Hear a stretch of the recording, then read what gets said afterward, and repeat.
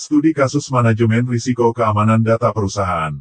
Dalam era digital modern, data merupakan salah satu aset terpenting bagi perusahaan. Data berharga ini meliputi informasi keuangan, data pelanggan, rahasia dagang, dan banyak lagi. Oleh karena itu, manajemen risiko keamanan data menjadi hal yang sangat penting bagi perusahaan. Sebuah pelanggaran keamanan data dapat mengakibatkan kerugian finansial, hilangnya kepercayaan pelanggan, dan kerusakan reputasi yang signifikan. Dalam video kali ini, kita akan mengulas sebuah studi kasus manajemen risiko keamanan data perusahaan dan bagaimana perusahaan tersebut berhasil mengatasi tantangan ini. Latar belakang perusahaan. Perusahaan yang menjadi subjek studi kasus ini adalah XYZ Corporation, sebuah perusahaan teknologi yang bergerak di bidang penyediaan solusi perangkat lunak untuk bisnis. XYZ Corporation memiliki basis pelanggan yang besar, termasuk perusahaan-perusahaan besar di berbagai industri. Sebagai perusahaan teknologi, mereka mengelola data sensitif seperti informasi keuangan, data pelanggan, dan data internal yang sangat bernilai. Tantangan keamanan data. Sebagai perusahaan yang mengelola data sensitif, XYZ Corporation memiliki sejumlah tantangan dalam mengelola risiko keamanan data. 1. Peningkatan serangan siber. Dalam beberapa tahun terakhir, serangan siber terus meningkat baik dari pelaku luar maupun dalam. Serangan siber bisa mencakup peretasan, serangan malware, dan upaya phishing. Perusahaan harus melindungi data mereka dari berbagai ancaman ini.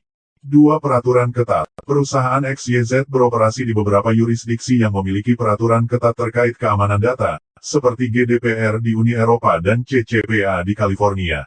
Melanggar peraturan ini dapat mengakibatkan sanksi hukum dan denda besar.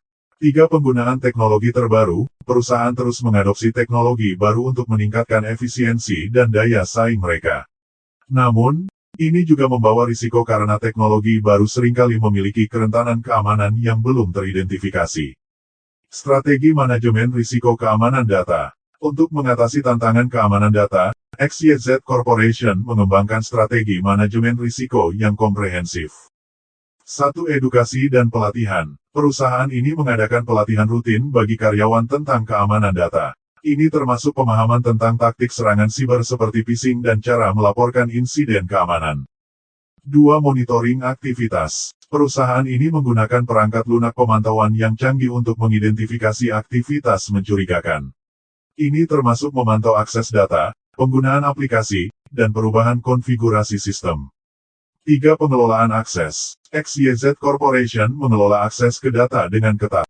Mereka memberikan hak akses sesuai dengan kebutuhan kerja, dan secara berkala meninjau dan memperbarui izin akses.